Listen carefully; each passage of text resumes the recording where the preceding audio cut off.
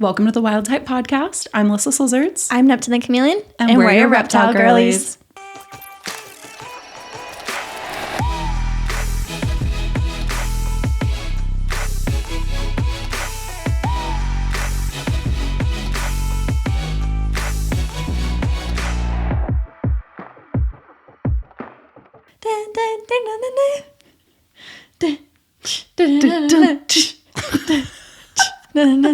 Can we just do a cappella? I love our sound music. Logan killed that. Love it. All right. Well, welcome back, everybody. Welcome back. Welcome back. It is a happy Tuesday over here, or it will be for you guys. Can we just call Tuesdays the best day of the week now? It's my favorite day of the week. Always. Tuesday is the new Friday. Absolutely. Not just because our podcast comes out. No, because our podcast comes out. But also because other podcasts come out. Yeah, it is a popular podcast it's a big day, which I love because I'm a big podcast listener. So yeah, I will say like Monday, Tuesday, Wednesdays are the popular podcast days. I don't really know a podcast that comes out on a Friday or it's very Saturday. Interesting. I know. But I love it. Whatever. It makes my weekday go by 10 times better. Yes, agreed. We hope it does for you guys too. I know. I get excited when our episodes go out because then we work so hard on the topics and editing, and then I'm just so excited for everyone else and what everyone says about them. And then the best part is then we start getting messages from you guys. We start getting comments from you guys, and it just warms our little hearts. The stories we've been seeing of people saying it's Tuesday, I'm so excited there's a new episode. Seriously, y'all stories of showing you guys actually watching the pod, I can't tell you, I tear up a little bit. It gets me so excited. It's so sweet of you guys. So everybody doing that, we really appreciate you. Thank you for tuning in. Happy you're here. Thank you for tuning in. If you don't follow us on all the socials, please do so. We would love that. But we have a really exciting little fun semi-educational. This one's different. Yeah. It's edutainment, I guess. I don't know. We'll see. Ooh, I like that. Yeah. But today we're going to be talking all about reptile terminology because I don't know about you guys, but there are a lot of terms, names, words, weird things that us reptile keepers say on repeat. Yeah. And people are just like, huh? What does that mean? What? Or it's a normal word, but in the context of reptiles means something completely different. That is such a good point. Yeah. Yes. There's a lot of those which is always really funny in, the real world because somebody will say something what's a good example? I'm trying to think of one but somebody will say something and I'm like, that's a reptile thing, but you don't even know it. So I'm just over here silently giggling in my head. Yep. Yeah, whenever people say their dog crates, because we both have dogs and we both crate our dogs, but then I've called it her enclosure. Yes. Multiple times. All the time. Or my neighbor's sprinklers will go off. I'm like, oh, their misters are going off. Wait, I love that one. Because I just think mister, not sprinkler. Yeah, because we use the word mister 10 times more than we use the word sprinkler. But can you imagine, I'm going to sprinkle my enclosures. Just a little. Spraying them. Yeah, so we're going to be your translators. Yes. Translator's such a good little, I love that. So basically today we will be translating reptile terminology. Yep. For those of you who are more advanced keepers, this may be old news to you guys, some of them, but some of them I think are a little more on the advanced side too. Mm-hmm. And then for any of our new keepers, hopefully this will help you guys on your reptile journey as you're making your way through the hobby, and you'll be a little bit less confused and you'll have to ask people less questions. Exactly. And then you can pass it forward. So when there's a new keeper or in the comments, right? We see that a lot of times, right? What does blah, blah, blah mean? Or people who are just too afraid to ask. And so you just don't know. You just don't ask and then you're stuck not knowing. We're going to answer it for you. Don't worry. We're going to help you out. So what is your first word of the day? Okay. I had at the top of my list, Gravid. Oh, I didn't even think of that one. So also, guys, we both have our separate lists and we have not run these by each other. Yeah. So I wrote down 5 terminology. You wrote down 5. That's a really good one. So Gravid was at the top of mine. So Gravid is very common with chameleons when we're discussing, well, this is all reptiles, but specifically, I'll be like, oh, your female's gravid. Mm-hmm. And then I have to say, AKA pregnant. Yes. Because that's the reptile word for right. You would never use the word gravid for a human mother. No. Oh my gosh, can you imagine? One of my best friends just had a baby. Could you imagine if I went up to her and was like, how is it being gravid? How are you doing? I'm just imagining us in a couple of years, pregnancy announcements, and it's congrats. Yeah. We're gravid. And that actually leads me to my next one. I hope it wasn't one of yours. But for example, if I was asking my pregnant friend, what it's been like being gravid. Also, could you imagine if I went up to her and was like, have you had your clutch yet? Have you had your clutch yet? Have you had twins? Yeah. How's the clutch? Yeah. So gravid is, and I don't know why we say gravid instead of I don't either. pregnant, but yeah, so it's the reptile word for pregnant, and you can be gravid and them not have fertile eggs. Yes, that's really important to talk about. So gravid is just the term we use for having eggs. There's nothing that distinguishes a fertile clutch versus an infertile clutch besides saying literally fertile or infertile. That's also interesting. I wonder why we don't have a term for that. Because like there's no way to know for certain. That's true. When they're in the state of being gravid, of having the eggs inside, of knowing whether or not they are for sure. That's so interesting. Fertile until they pop out. I never would have thought about that. Yep. Okay, so that was mine. Was clutch on? So clutch was one of mine. Okay. And so clutch is essentially the clutch of eggs that they will have. Not a small purse? Yeah. No, not a little handbag. Not this time, just a little clutch. No, it's so... Basically, when you lay a clutch of eggs, it's essentially like when puppies have a litter. Mm-hmm. It's a reptile word for like a grouping of eggs. So like geckos would have a clutch of 2. And then chameleons would have their clutch, but they're snakes that are live bearers. So then they wouldn't have a clutch. They would have a litter. Yes. So there's like a little... That's a really good point of that distinction. It's clutches specific to eggs. Yeah. Reptile eggs. Yeah. I wonder if any other like species use the word clutch. I'm thinking of like frogs, but they lay like tadpoles and stuff. Their eggs are a whole different other situation. Yeah. No, I only know of the species I know. It's a clutch. That's what I thought too. Okay. Yeah. Well, what is your next word? Okay. A urate. Oh, I didn't think of that one either. Oh, this is good. We have very different. This is fabulous. We have very different ones. I'm really enjoying this because we're like surprising each other with these. So a urate is part of the poop. So in the context of chameleons, you would have the brown poop part, and then you have the white creamy color, which is the urate.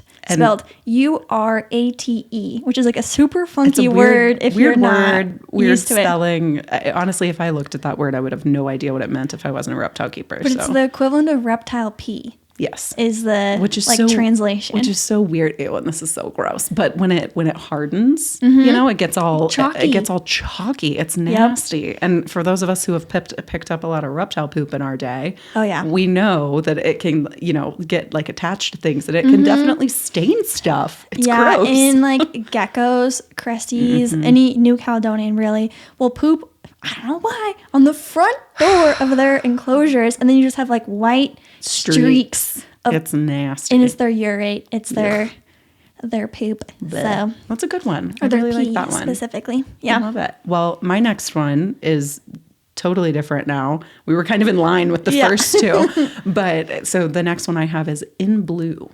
Oh, so I didn't put this on mine, but I was hoping that you would. Okay. Like I fully expected that you would talk about this. So when a snake, typically it's snakes, but I will say like geckos kind of they don't do it as much, but snakes, you can see with geckos how it is. But anyway, sorry, I'm getting ahead of myself. Yeah, it's more of a snake thing though, for sure. Yes. Yeah. So snakes' eyes, when they are about to be in shed, like days away from going into shed, their eyes will turn this like milky blue color, and they literally look like a little zombie snake. So it's one of my favorites. I love when I get to see. So when your snake is about to go into shed, when their eyes are blue, or when they're in blue is kind of the phrase that people use. And this is important because my understanding is you're not supposed to feed your snake or handle them. Or like, isn't there like it's things you're not supposed to do if they're in blue? I would say handling, yes, for sure. So like, you can try to feed them, but what it is that if they're in blue or about to shed or in the middle of shedding, some snakes will refuse food.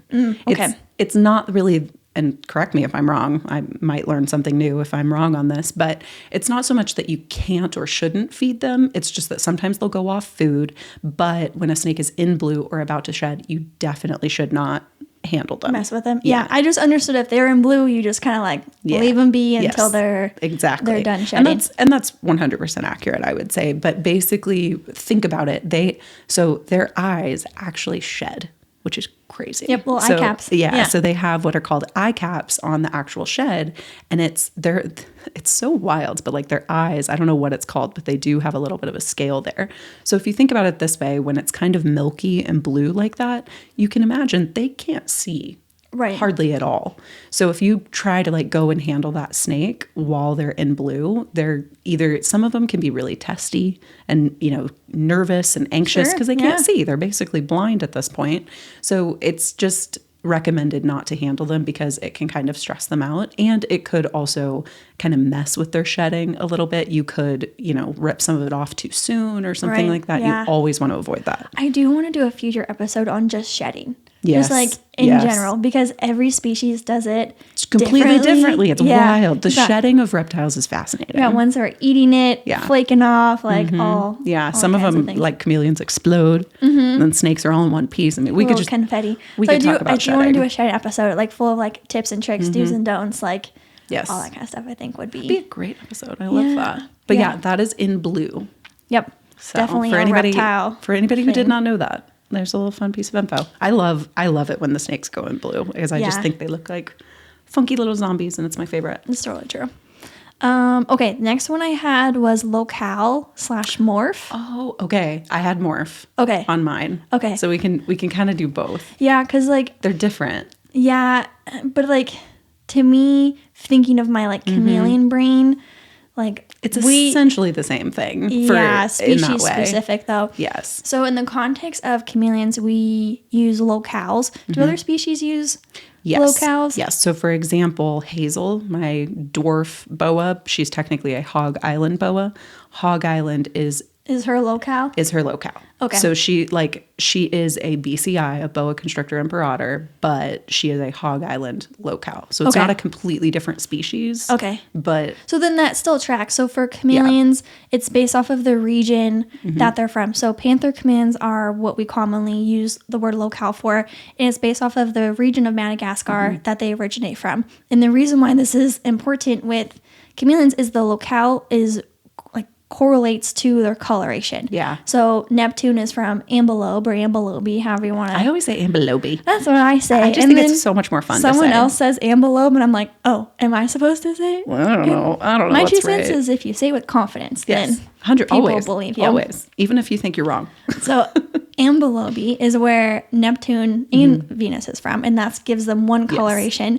Then you've got like nosy bee, which is another part, and those will be like, forget about nosy bees. They're kind of underrated. And then just like full blue, just like a blue lizard, solid blue, and some are very like turquoisey blue too. They're crazy. Then you've got Sambavas, you've got Mbanjas, like all kinds of different ones. And this matters because when they're born, they're just little brown squirts. Yeah. So when you're purchasing one, you want to pay attention to the locale, so then you know what to expect of what kind of coloration. Yeah, especially if you like are wanting a certain color. Like if you're wanting a blue chameleon, you don't want to end up with, you know, an ambelobe. Yeah, right. Totally. Yeah. So people will ask me like, what kind of chameleon is Neptune? I always say male ambelobe panther chameleon, because if you want one that looks like him, it needs to be a male and it needs to be from ambelobe. That's great. Yeah, I mean you kind of have to know what that locale is, and like Barney was a hybrid. He was 50% ambelobe, 50% Mbanja, and that was important for me to know because I'd never had any intentions of breeding him, but if I ever were to breed him, hybrids can be a little uncertain there. Yeah. So locale, I feel like, is a very reptile specific word, and then on that, then morph also goes into coloration and stuff. I will say morph, to my understanding, and again, I'm not a breeder and we're not like genetic, like we don't have a strong understanding of like the genes of everything, but with that said, morph is genetic. Those are the genes that they come with, which can be pattern, coloration, anything like that. So basically, the kind of dumbed down way that I explain what a morph is it's kind of like how you can have different colorations of dog breeds. You know what I mean? So like you can, it kind of goes with that, but it's genetic. So basically like those traits or that pattern or that color can be like genetically passed down so that it's a certain type of morph. Yeah. And is usually from like a pet keeper side of it, it's what they look like. Yes. Now there will be genes that are not being shown. Recessive. Right. That they're carriers for those genes, but they're not visually showing them. And then that's a whole nother rabbit hole. That's when it gets into the rabbit hole that is the genes of animals, which I am not well versed on. Me neither. That's where I get very confused. I just wanted to bring up Locale and Morph because a lot of times people will ask, what Morph is your gecko? What Locale is your chameleon? So then you have a little bit of context. They're asking, like, what is the lineage? What is the coloration? What are their genetics? And it's good to know, again, just on the off chance if you ever do breed them or want to breed them, like those are things you really have to know. Yeah. Especially if there's any like hidden morphs in there. Yeah. Like that's always, and that's mostly, I mostly see that with snakes, with ball pythons, but yeah, that's always good to know. But if there's a certain like pattern or coloration you want, then as like just like a pet keeper, you would want to know that. So then when you're going talking to breeders, then you're like, hey, I want a Dalmatian crested gecko or and whatever. It's kind of like, Dalmatian crested gecko is a good example. And just on the like dog side of it, like my brain goes to how there are like Harlequin Great Danes. You know, it's like that coloration, which with, at least to my understanding with ball pythons, you can kind of breed them and guess what some of them will come out as, which I think is similar to dogs, but it's, I think, less predictable. I think reptiles are a little more predictable than the dog patterns and all that, but so you had Morph. I had Morph, but so my next one, this one was specific to, this is actually 3 different abbreviations, which is, you know what they are. Yep. So you may often see, if you are walking around a reptile expo, you know, looking at different animals on the tables, oftentimes breeders or vendors will write little letters or put them on the labels of the animals' little tubs. And what you'll often see is WC, CB, or CBB. Yep. And I see that all the time. So what that means, the WC stands for wild caught. The CB stands for captive born, which is a crucial deciding difference between the two. And then CBB is captive born and bred. Yep. So wild caught would be this animal was in the wild. Yes. Literally was taken from the wild and is now sitting in front of you. Yes. Has not been in captivity. No. Has no real, experience being in an enclosure or eating the food we give them. No, wild caught means wild caught through and through. They'll be wild caught for their whole life. Yes. So even though you've kept them in captivity for 5 years, 10 years, whatever, that is still a wild caught animal. They will carry that title through their lifespan. Yes, but it is important to know too if like that wild caught animal has any experience being in captivity or anything like that. You definitely want to know those things. But they will no longer change from a wild caught to a captive animal. But you're correct. Having the context. I think what people will usually say, if it's they'll usually say well-established wild caught, which if somebody says that means that it's a wild caught animal, always will be, that will never change. Yep. But if they say well-established, that usually means that it has been, through the quarantine process, it's been checked for parasites. Yeah, maybe has been handled a few times or something. And that usually means that they're eating well, different things like that. So that's a little deviation. But captive, born and bred. You want to elaborate on the CBB? So captive, born and bred is what you want. That is what you want to look for is CBB. And that is very specific because that means that they were bred in captivity and they were born in captivity, versus CB usually means captive born, which this is a weird way of explaining it, but the best way to explain it is that basically the mom of that animal was wild caught and they brought her into, wherever they are, and she was pregnant. Gravid. Yes. Thank you. So we're practicing We're using our terminology here. vocabulary. I love it. But yeah, so basically that means that she was gravid. Yep. In my head, the reason I didn't say gravid, my brain's doing its weird thing where it's bopping around, but basically when I was thinking that, I often see this in the case of blue-tongued skinks, and blue-tongued skinks are live bears. Yeah. So that's why I said pregnant. Yep. But yes, but it usually means that the mom is gravid. So basically that means that while that animal was born in captivity, it doesn't really have any experience in captivity, and genetically it's not an animal that, has years of lineage in captivity or anything like that. Yeah.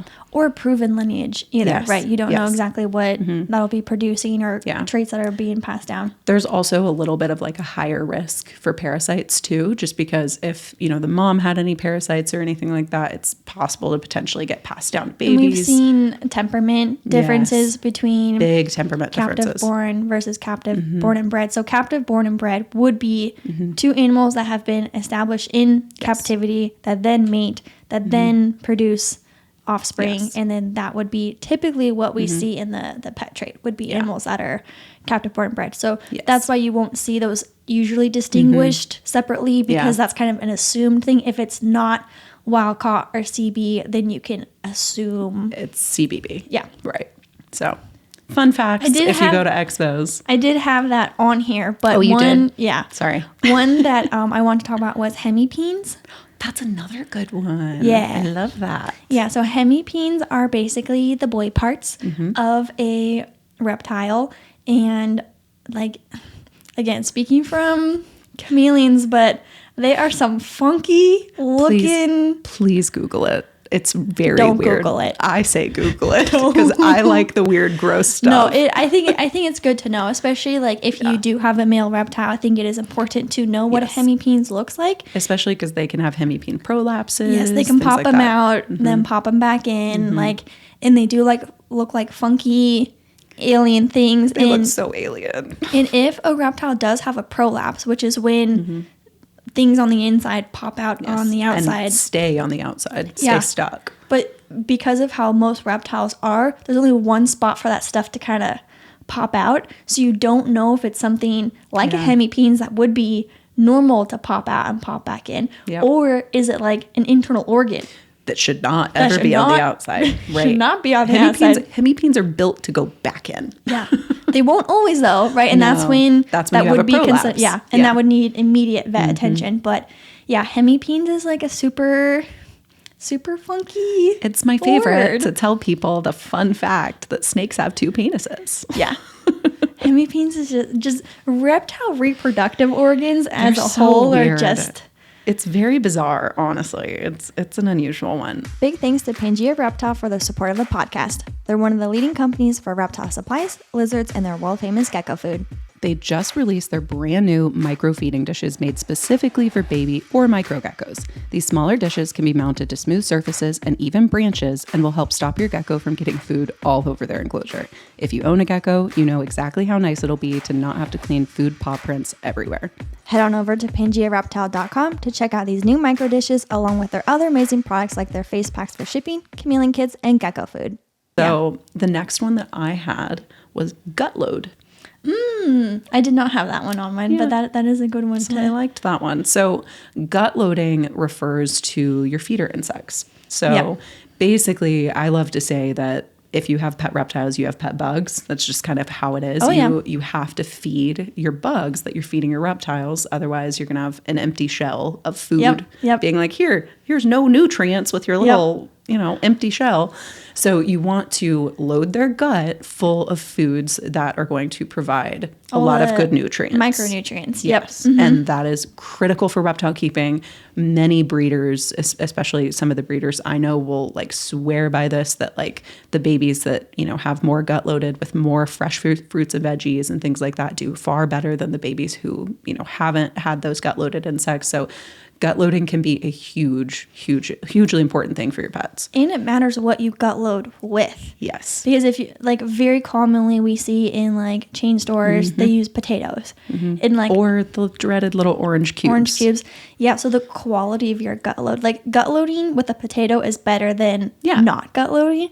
But gut loading with collard greens, mustard greens, bee pollen, like mangoes, sweet potato, like all that is way better. Top tier. There's good, better, best. And it's like, would you be just eating French fries your whole life? Right. Or do you want to have chicken and broccoli and everything else that goes along? It's all about the variety. Just like you want to be providing your reptile with a variety of insects, you also want to be providing your feeder insects with a variety of foods too.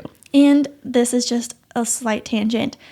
When people buy their bugs and like, oh, they already came gut loaded. As soon as your bug poops, they are no longer gut loaded. So people like reptile shops are notorious for this. Yes, they are. Of selling them like, oh, they're pre-gut loaded, and then you have them for a couple days. Their bellies are now empty. So you need to regularly be feeding your bugs so they are continuously being gut loaded. My very favorite, one of my favorite bugs to feed, and this is a minor tangent, but one of my very favorite bugs to feed is black soldier fly larvae. And because they are naturally chock full of calcium. And so it's a great one. You don't even have to dust them. But when you feed those guys, they get so big, thick, and chunky. They get like little super larvae. I literally just put love them. a blob of bee pollen, just like a chunk of it in there. And then I went and like did some things around my house. I came back, gone. Yeah, no, they love that stuff. Yeah, pro tip, if you guys like get your hands on some powdered bee pollen. Oh yeah. If you have a bearded dragon that's picky and won't eat their greens, that will help entice them to eat their greens. Yeah, the bugs love food. it. Yeah, it's fantastic. So I love that for gut loading. But there's gut loading. Gut load, yes, that's a good one. Okay, so I did have wild caught CB on my list, but my backup one, just in case you took one of mine, was fired up. I had that one too. Oh, okay. So fired up is something we hear all the time. Constantly, yeah. And it goes like, the best way to describe it is your reptiles' colors at their peak coloration. And that's when they are their brightest, usually most contrast in colors. And this is due to either mating behavior, seeing some sort of female, environmental changes, due to stress, they can get fired up. But that's when we see their peak coloration. So typically breeders will put in the descriptions of like, this is them fired up. Yeah. And then my opinion, it would be a good idea to also have a picture of them of like fired down of like, this is their baseline coloration. I love that. I never would have thought about that. Breeders, take note. That's a great But to be honest though, because like you see people posting online their reptiles fired up at their peak coloration, but they don't look like that. Oh, no, they look like little majority gray, of the green time. blobs half the time. But if you're a brand new keeper and you bought this animal off of the picture of them fired up, you get them home, they get time to acclimate. And then you think something's wrong. Correct. Or you're upset, or you're disappointed, or you don't your understand. Reptile's like a dark color, or they're like very bland looking. And you're like, what's wrong? And it's like, that's their normal color. Yeah. Barney, my chameleon who passed recently, we talked about that in a different episode, but he used to, when he was a baby, he could turn yellow and orange. Neptune gets yellow. Wild. And it was crazy. I mean, he would do it on like one side. He would be all fired up, red and yellow, orange and yellow on one side. Then the other side would be green and blue. It was wild. But as he got older and he got more chill, I never saw those colors again. Neptune is yellow constantly. Poor little guy. Constantly. He's so stressed out at all times. Constantly is in the state of it being fired up. And like, I'll see him across the room being his green, like chill colors. And then you'll look. And I want to capture it so I can show people like, this is what your chameleon looks like. Yellow. And I just walk up to his enclosure. And then by the time I pull out my phone, yellow, red, crazy colors, which I'm like, is cool. But I'm like, I was trying to get you when you were chill. I wanted your potato colors. Yeah, exactly. But that's a terminology that... No, it's a great one. Without any context, you're like, what the heck does and you see it with like crested geckos a lot too, which I think is... You mentioned this, but it's important to note it's not always just colors, because a lot of times it is just the contrast. The stark contrast. Because crested geckos get fired up all the time, and you'll see that, it'll be like a dark brown, and then other parts of them will be almost white. So it's there's lots of different ways that they can get all fired up. Do you have one to round us out? I do. And this one's a little bit like wordy. It's a weird word. Crepuscular. And I think I'm saying that right. I could totally be butchering it, but crepuscular. Say it with confidence. Crepuscular. There you go. So what that means, and this mostly relates to leopard geckos. So a lot of people for a long time thought that leopard geckos were nocturnal. So there's nocturnal, which means they're awake at night, and then diurnal means that they're awake during the day. Daytime. So like humans are diurnal and chameleons are diurnal. What crepuscular means is that they are awake during the twilight times, which is early in the morning, kind of like sunrise, and then early in the evening, or around sunset. So that is crepuscular. There you go. Yeah, I tried to keep mine more like novice, intermediate, but I have some advanced terminology in my back pocket, which we can do more future of these. episodes. Let us know if you guys like these, but I just wanted to include Crepuscular because specifically with leopard geckos, they're like the most common crepuscular thing or species, and a lot of the time they are constantly being called nocturnal all over the place. So as a quote unquote beginner reptile, I'm like, I want to clarify that. I think that's great. So let us know, maybe in the comments you can give us some words you've heard that maybe you don't know what they mean, and either we can help you out or other people can help you out. Or if you have questions or whatever, this is another like great opportunity to make friends in the comments, teach each other different terminology. I'm all for it because we can all be learning all of these things. Yes, so but we both have plenty more terminology that we want to cover. So I wrote 9, so I've got a lot more. I did a YouTube video where I did the alphabet. Ooh, shameless plug. We love it. Literally chameleon terminology, A through Z, where A was like arboreal and then Z was like, was it Zygodactyl or whatever? Like their feet are Zygodactyl. What? Wait, I've never heard that one. Yeah. So it was like Zygodactyl. I know I'm saying it wrong. I can see it in my head. Confidence. But the pronunciation, say but there's missing letters. I don't know what the missing letters are. I don't either. I've never heard that one. That's wild. But yeah, it was like A through Z. And then I was like, literally B, C, D. Like I went through every single. And then in the video, I make the letters with my arms. I'm like, A, B, C. I love you. I love you for that. I was like, how do I make this entertaining? Yeah. It only has like 3,000 views. It's a couple years old. I don't think it really go check it out. Check it out. But it's literally the alphabet for chameleon terminology. It's fabulous. Yeah. Fabulous. Well, I think that ends our little terminology segment for today. Our lecture for the day. Yes. I feel very like teacher-esque. I know. Well, it felt very like, here's this word and its definition. Here's this word and its definition. Pop quiz. Yeah. What does this mean?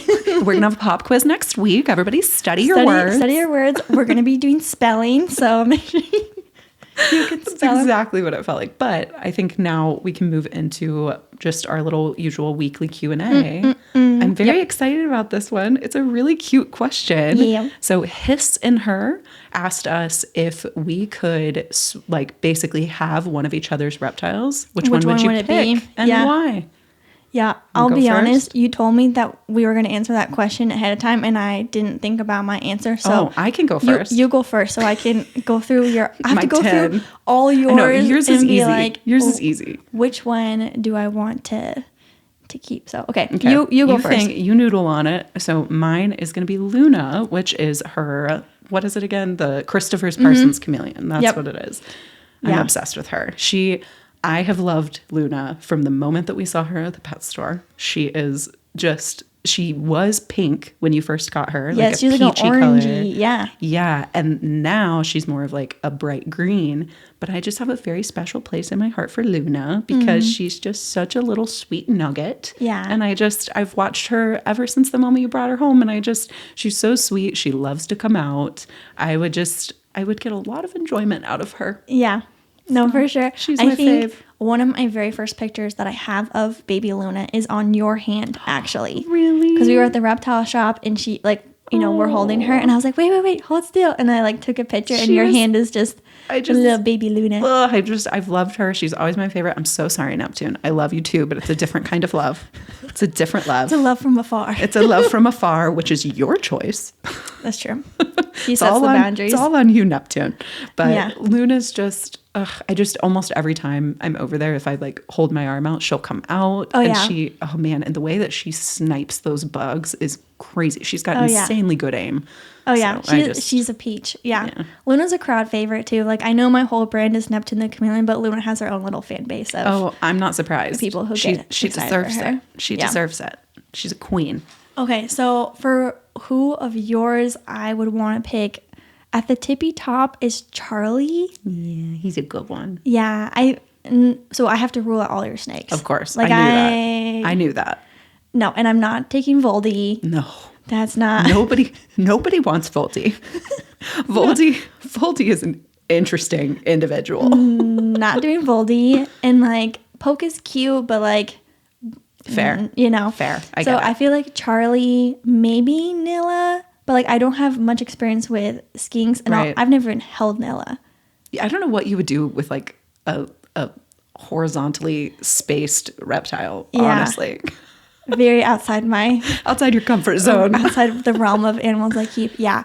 And then Nessie popped into my head too. Yeah. So Because she's a cutie. she's a cutie. So Charlie's my leopard gecko. Nessie is my African fat-tailed If gecko. I'm taking into consideration lifespan Yeah. of like remaining years left, you know, like Charlie only True. has He's got a few years left. I would say a max of 5 to 10 years at most. Yeah. But I mean, Whereas God, Nessie's like under a year old. So yeah, she's got she's lots just of time. she's such a little darling. Like when I first got her, she was very, sassy and a little bit like yeah. she would kind of Very sit up all crazy. skittish, yeah. She's still a little skittish because African fat-tail geckos are a little bit more skittish naturally than leopard geckos are. But she's just such a peach now. I Yeah. mean, she's just a little soft, little squish in my hand. I just love her. But if I had to pick one, it would probably be Charlie. Those are two of my faves too. So Yeah. I don't blame you. He's a special little dude. I just love him. He just gets so excited to the front. I And last time I know. watched him, he was like in his food bowl, like literally standing. He's been in doing it. that lately. And I'm like, excuse me, sir, I'm No. trying to feed you. I know. I almost every time I feed him, I have to pick him up and move him out because he knows which days are feeding days now. And Yeah. he knows what time it is. And so Yeah. I will almost always on Mondays and Thursdays find him in his food bowl until I feed him. Mom, Yes. I'm ready. No, he's an angel. I Yeah. love that little one. So yeah, be sure to follow us on Instagram, guys. That's where we've been asking for the questions. We usually pick one question a week that we answer. Yep. So feel free to either DM us questions. That's an option. We usually put up a Q&A on our story, but You know what Spotify does? You can do voice memos. Like you can do a voice message. send us voice memos. I didn't know that was a thing. We've had the link there this entire time, but no one sent us one. Oh my God, guys, send us voice memos. That would be so fun. Yeah. So the option's there if you're feeling so inclined. I I'm understand excited. you do have to be, talking and Yes. stuff and like Yeah. So if you're not whatever, comfortable, we get it. But we would love to actually verbally hear from you. Yeah. That'd be so cool. yeah, we can play into the mic and stuff. So Oh, be on the lookout for that. Love that. The link is always in the Spotify little Yeah. whatever description super thing. fun. Super Yeah. fun. Well, so our next little segment, we don't even really have a title. It's more just something we wanted to talk about. So Can we just make that a segment? Things we want stuff to we want talk to about. talk about. So on stuff we like to talk about. This is literally the whole podcast. Stuff we like to talk about. Quite literally. That's why it's so much fun. Yeah. But so basically what we wanted to talk about is in recent years, and again, we've talked about this before, but I have been off the dating apps for a few years now. Yeah. However, in the last few years, the dating apps have made some improvements Oh, that yeah. are reptile inclusive. Oh yeah. Which we love. Yeah. So I think was it me who told you about the Yes, 100%. Yeah. So You were very excited one day. I got this text and she was like, "You're never going to guess what happened." So I'll take time on and off the apps, and then when you get Oh, I back did the on same thing, there, too. you will refresh your profile, update a couple pictures, whatever. But then they had this pets option. So this is Hinge specifically. They have the option to put pets, and you can choose, and it'll show up on your profile. And you've got cats, dogs, fish. I think there was something else on there, but then it said reptiles. That's so cool. So you have the option on your dating profile to say one of your pets is reptiles. Wow. Now, I experimented and I put reptiles on my profile. The number of likes I got drastically decreased. I was going to say, I feel like it could be, It's could go one of too two vague. ways. It's too vague. Because reptile, I feel like it should specify with lizards or snakes because it can be a big deterrent for some people. For sure. But I feel like a feature like this is very interesting because it can do one of two things. It can either, like you said, diminish the amount of people. A significant amount of...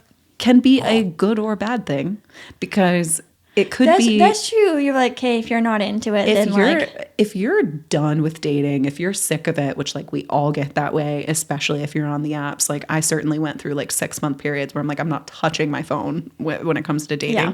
But if you are just so sick of dating that you were trying to truly, truly weed people out, that is the way to do it. Oh, sure. And then you just don't have to worry about anybody who's afraid of reptiles liking your profile. Yeah, I feel like there needs to be additional context. Yeah. For and is also do you have one or do you have 100 or It's do you so have vague. do you have a reticulated python or do you have a leopard gecko? Tell us about the Bumble one, though. Yeah, so Bumble is different. It doesn't have the option for pets, but it does have this section called interests. Yeah. And then there's a variety of interests you can choose from. You can't put anything in there. It's only you only can choose from what they have, but they have a bunch of different ones. So you could have like if you're interested in like skydiving or dancing or pizza, or like they have one of them that I have on mine is like ambition, which I thought was like pretty cool. That's actually really good to have on there. Yeah. Like not everybody's going to be ambitious, but right. you know. Yeah, you can have like family oriented, like, so it can be like that's nice. as like superficial as like your favorite food, but as like big as like whatever you want it to be. Your list of requirements for dating somebody. Yeah, so it's a nice way to like kind of show someone what your personal interest, and then hopefully they have something in common. Honestly, I love that. Dating apps have really improved since my There's day. also like voice prompts, video prompts. That stuff, like yes, they had they had the voice prompts when I was still on the apps, and I loved that because if you have a really annoying voice, let me know now. I'd be out on that. So. Let me know now. So on the interest, they do have the option for lizards, snakes, and turtles. Love to see it. So I have on mine lizards. Which is like a sneaky way of like putting it in there. It's like we can talk about it later, but it doesn't say I have lizards. Right. It just says I'm interested in lizards. It's interesting to me that the Hinge one and the Bumble one were both vague, but I feel like the Hinge one is vague in a kind of like detrimental way and like a negative way, versus the interests on Bumble is a little bit, it's vague, but in a good way, right? Because I think it opens a conversation of like, you're interested in this. So I've only had one person ever message me based off that. And they're like, hey, I saw that you had lizards as an interest. Like, what's that about? And I was like, well, you're the first person to ask. Why, in fact, I have 3 chameleons and a gecko. And they're like, what? That's so cool. Can I see a picture? And I was like, sure. So then I sent him a picture of Neptune and Luna. Did not hear from him for like a week. Weird. And I was like, oh, I guess it wasn't as cool as you claimed, mister. I was like, oh, understood.